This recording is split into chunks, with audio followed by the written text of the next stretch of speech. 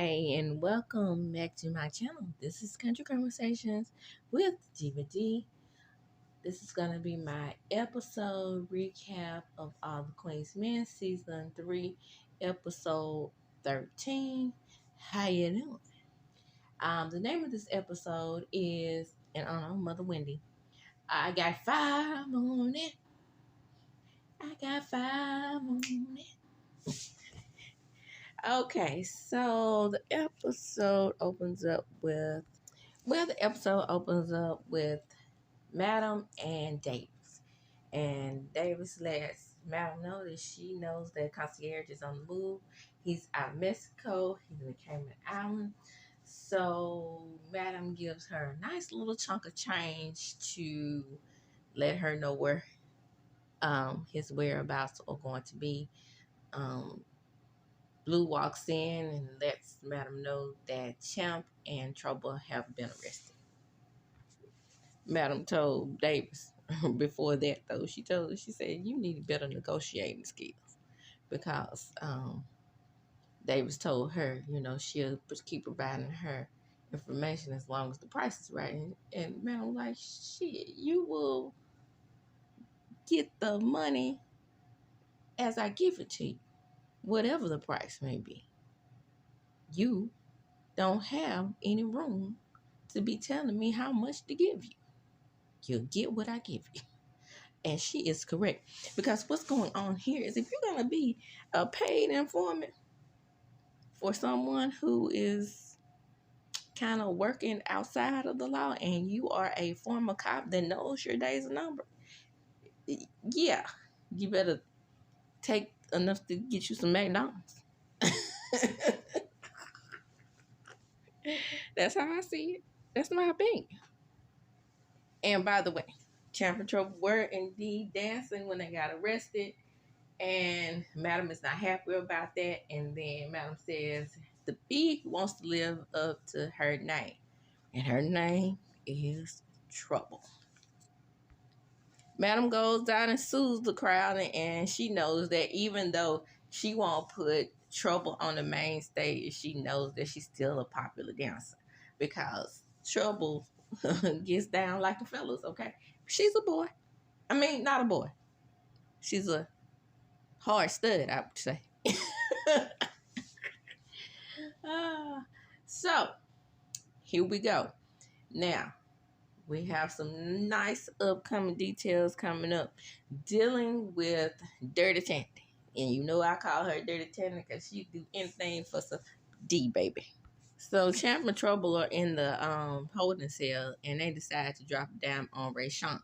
So they're ready to get out of prison. Out of the holding cell, because it is different between prison and jail. I know we all coagulate all of them together, but there is a difference. But anyway, they're trying to get out of the holding cell. So they tell Ray Sean, but they don't tell that he actually did the deed. They say they went there to, get the money. They didn't have anything to do with old boy getting beat up. In a way, they sort of did, because, I don't know how that will work in the law, because, I know a great deal about the law, but I don't know how that will work if he can provide proof that he was indeed aped, put an R in front of it. So it might be a situation where he might be able to get off with MS. Slaughter, man. Put a man in front of him. But anyway, the point is, they get out, but they still scheming, trying to get up on another way to get some bread. And once again, it's an illegal way to get the bread, because what they're doing is they're going to decide they decided they want to hit up a big time DD dealer. Okay, if I say DD, you know what I mean. Back at the club, they have Fuego hemmed up, and Fuego has informed them that his computer is indeed hacked. And Madam was like, well, I want to know how did Big D get at the fucking basement. And Fuego tells her, I have camera feed, and then she says, "So why you didn't tell me that to begin with?" And he's like, "I don't know which way to go with this." They have doctored footage of me, milling my ex, and then you want something out of me to make sure that I'm loyal. So I'm at a crossroads here, and I agree with him. He said he hadn't talked, and he hasn't as of yet, but he's talking about how the DA is hemming him up at every turn. Nobody will leave him alone because he is such a genius. Madam tells him, "You just shut the fuck up. I got insurance on your ass." And he says, "I know, madam. I will do as you say," as they all do, don't they? So we have Tandy coming to visit Madam. And Madam is upset with her because she knows that she told the cops what actually happened to her with the robbery, and that she gave up Rayshawn, Champ, and Trouble. Well, Nasty Tandy says, "Well, I didn't have a choice." "Yeah, but you didn't tell the whole story, though, did you? You didn't tell him that your husband was a sick, nasty son of a bitch who sodomized his young boys. You didn't tell that, did you?" "Of course she did, because she participated in it. That's why I call her Dirty Nasty Tandy." And in this scene, Madam goes ahead and tells her, "Bitch, you gonna run for mayor." So when Tandy agrees to run for mayor, she sticks out her hand to get a shake from Madam. "No, no, no, no. Back up, bitch. I'm not touching your little nasty fingers. I don't know where your fingers been. Probably up in somebody's duty house." She didn't say all that, but I had to add my own judge. "How you doing?" Back with Trouble and Champ. They always trying to get the bread, okay? But doing it the dumb way. Has Trouble not learned anything from Madame? She wants to go bigger than Henry DD, right? She wants to get this whole house. The house where they lay out the drugs, okay? The problem is with this, every time she gets into this foolishness, everything ties back to Madam because she works for her. And Madam doesn't think too kindly of that. She keeps getting her out of these little jams because she knows that Madam, that Trouble is indeed loyal to her, but she knows that Trouble is a dodo bird head as well. So the plan is formulated. Is somebody that Champ is messing with, one of his old ladies or whatever. She knows the DD, so that's how they end up wanting to go bigger, because she knows the DD, and they're gonna also decide to trail her to the stash house instead of hitting the DD. Child, I can't make this stuff up. This little girl right here is an idiot, and the thing about it is, I see all over our group that they are tired of her. I don't want her to go anywhere because she kind of brings the comic relief to the show. I like when shows have a character that can do that, and Trouble pretty much does that for me. So when I tell you that I know that Tyler Perry and Christian Keys bumped heads somewhere, because we have Casanova that was down in the basement, already has gotten out of the basement, acting as if he was a homeless person, still walking upright on the earth, luckily, yet and still has the same scratches and cuts on his face.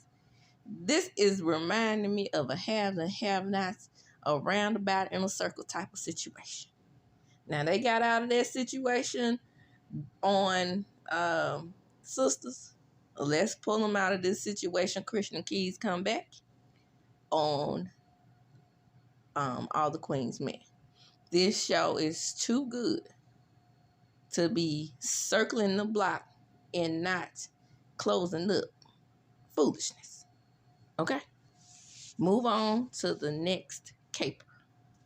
Or if you're going to keep Casanova on the show and let him walk upright, let him do his little dirty cop thing and be a thorn in the side. But get him out of this whole, staying in this whole predicament of being in the basement, being alive, and still working with the DA, and we out in the audience knowing that he has performed favors for Madam as well. Quit acting like he's a upstanding, law-abiding cop. He dirty too. So he's informed that Dirty Tandy is running for the mayoralship, and the DA thinks that she has something up on her because they're good friends. But Madam's in the mix. Does she know that Madam has more on her than she does? Now, this also tried to work out with the judge. So Casanova, in his closed up eye since last season, is trying to make sure that he gets Madam. So that's going to be his biggest get of his whole professional career. That's his goal. And that's also the DA's goal. So they're working together, thinking that Tandy is going to be working with them in order to get Madam. So back at the office, they're not really trusting Tandy, Madam, and her team, Blue and Tommy. Well, of course. Who can trust Dirty Tandy? She's nasty and she's devious. And when I say nasty, I mean sexually. But I believe in liberties when you are a sexual woman. But I mean, her and her husband was off up into some weird-ish. Okay? That you can only do behind closed doors. And when I say behind closed doors, it's exactly what I mean. They were into some nasty stuff. Aping folks, side-maxing folks, just, sitting on top of them while the fellas getting side, and she just, and watching him. It's amazing that Dirty Tandy. I believe that's the lady that used to play on Sister Circle with Quad. And it's amazing to me how she has turned into this good actress on this show. But anyway, she goes home and tells bum ass Babyface that because he's always looking for a sugar mom, that she is going to run for mayor and how it's going to be beneficial to all of them, but it may not look good for her to already have a sugar baby at the house, just sitting around playing video games. Now, this Negro dances for a living, and nobody can explain to me why he's always broke. So they get ready and have sexy time, and he advises her that he wants a nice Rolls Royce, and she said, "Woo, child, just wait a minute. Hold up, wait till I get this mayoral seat, and then I'll get you that car." So she got her some built-in bussy, and he does what he does for her. And because I say bussy because, hey, he's her bitch, basically. So back at Dimes, you have two men vying for Dime's attention, and one being Big D. Big D is out the basement, but he's on the desk on the amateur night. So, girl, I got out the basement. I'm back in Madam Good Graces or whatnot. So, all I want to do is get back into yours. Let me take you out to lunch or whatnot. I'm trying to tell you, Casanova is alive. Dime says to him, "I don't want you. I don't need you. And we don't need to talk to each other unless we're at work." And he walks out and says, "Oh, damn, Dime so fine." That's why I got to have Big D on this show. Not because of his meddling girlfriend.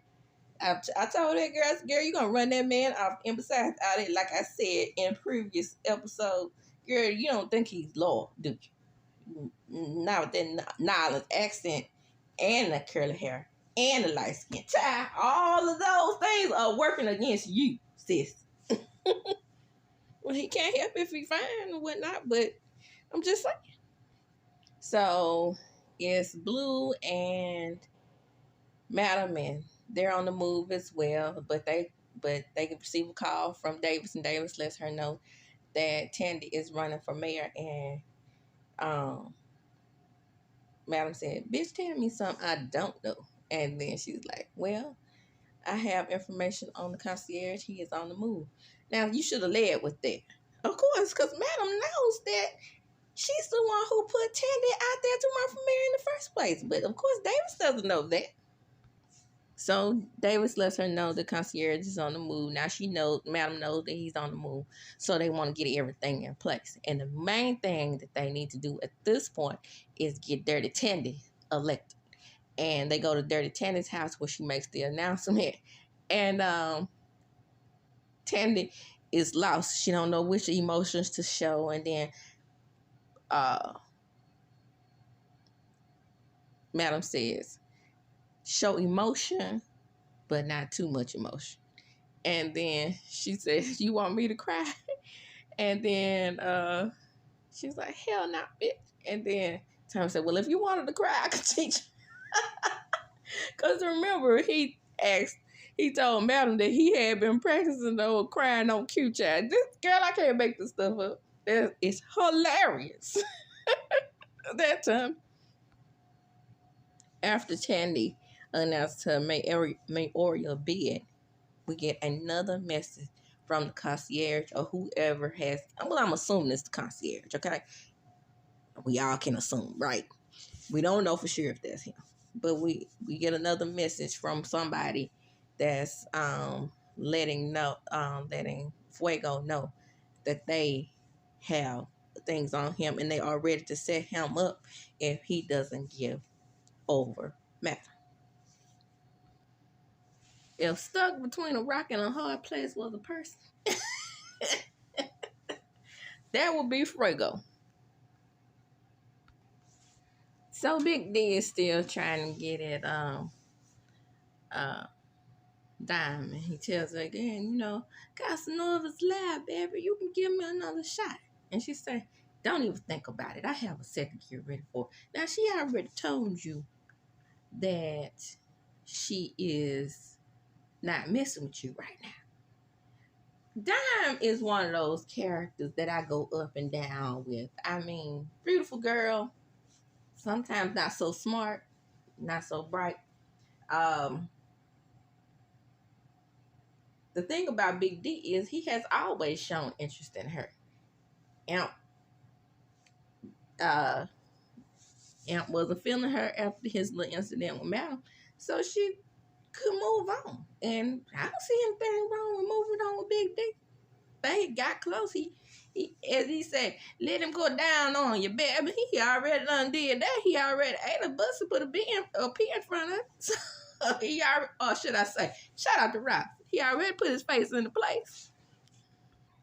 Back in the amateur room, Trouble is still crying about not being on main stage. Girl, you ain't gonna be on main nothing if you don't stop getting into trouble with Champ. I mean, trouble. Pun intended. Hello? Anyway, if you don't stop getting in trouble with Champ trying to think of dirty ways to get bread, why don't you just fight for your position on the amateur, on the main stage instead of coming up with these faulty schemes? Hairbrained, if you will. But yeah, she's talking to Champ. Champ said we both should be on main stage. Boy, not you, just me. See how selfish she is. I should be on main stage. You haven't been here as long as I have. So they're working on the hairbrained scheme, and that was my remote. They're working on the hairbrained scheme, and Champ is deciding to come up with a way to X out the girlfriend who is getting them to the stash house. Ain't that something? They want all the bread to themselves, you see. Mind you, she is the one that's letting them know who's there, who's gonna be there, how many people are on guard. But no money for her. They don't have to split it 3 ways, even, you know, or whatever. But they could throw a little something, something. Champ told, nah, man, you know it. I'm just getting that peak. Child, I can't make this stuff up. So Champ doesn't, Trouble doesn't understand how old girl knows how to schedule. But Champ said they're gonna find out.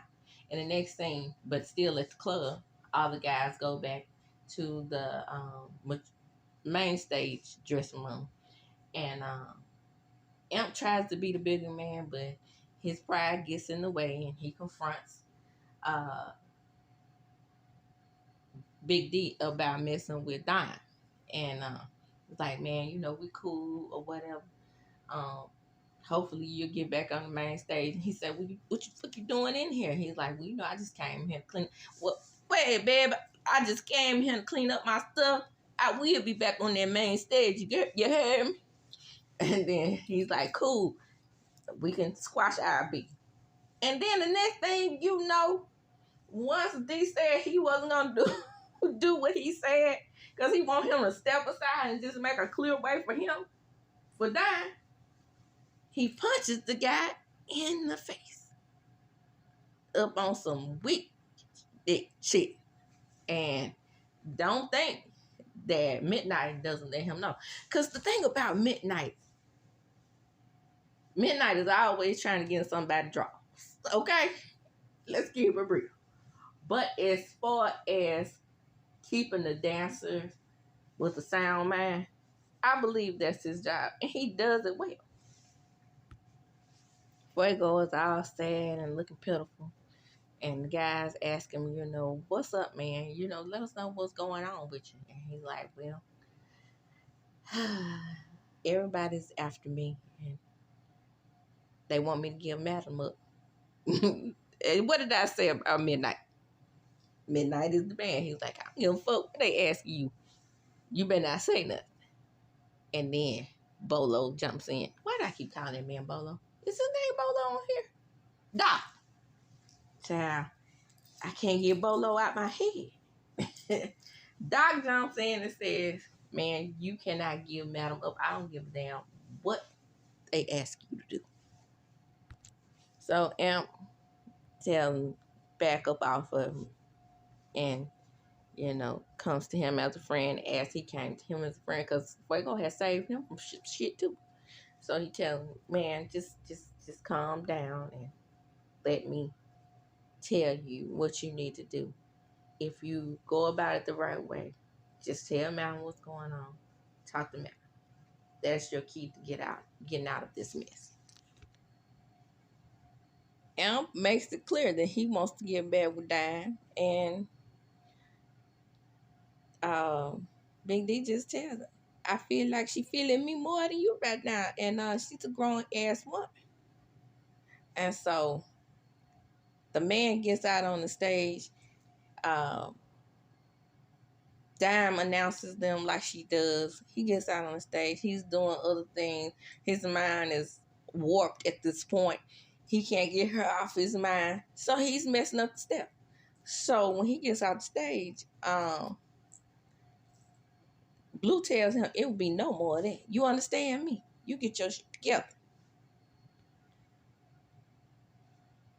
Because nephew or no nephew, Madam don't play about her money. Okay? I heard that, Blue. You better get him together. His mind hadn't been right since he got there. Well, y'all did put him in the basement. So,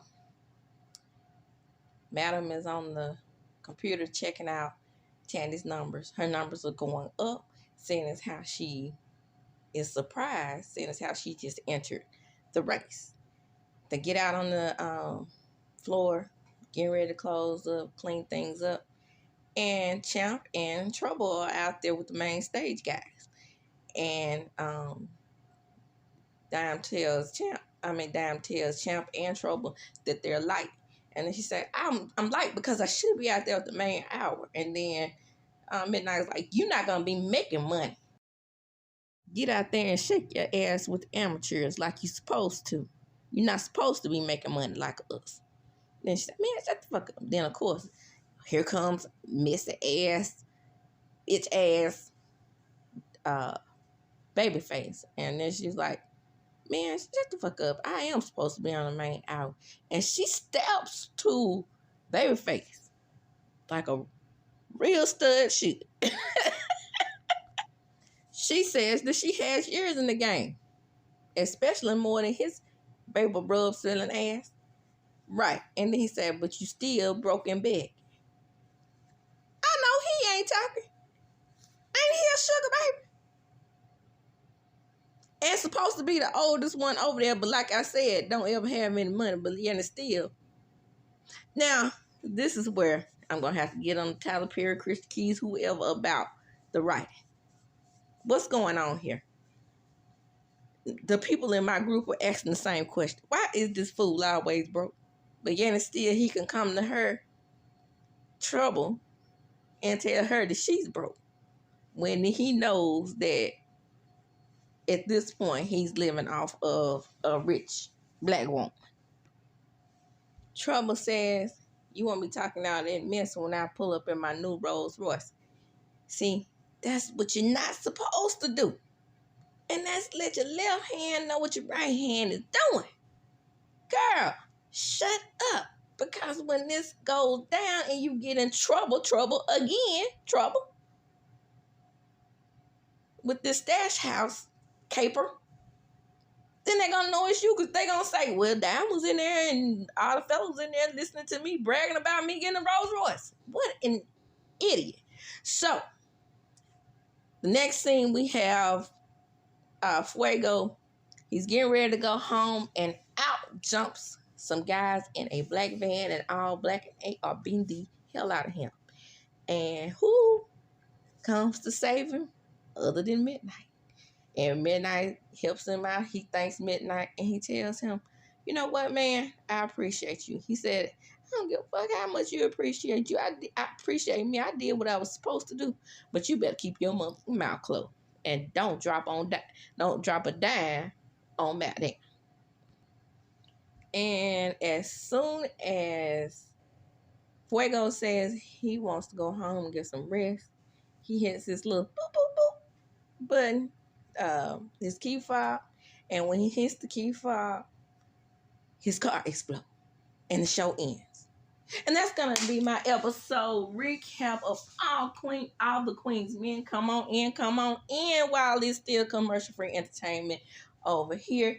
Don't forget to like, comment, and subscribe. Share the video. Share the video. Enjoy. This episode to me was kind of laid back and calm compared to all the rest. The end is what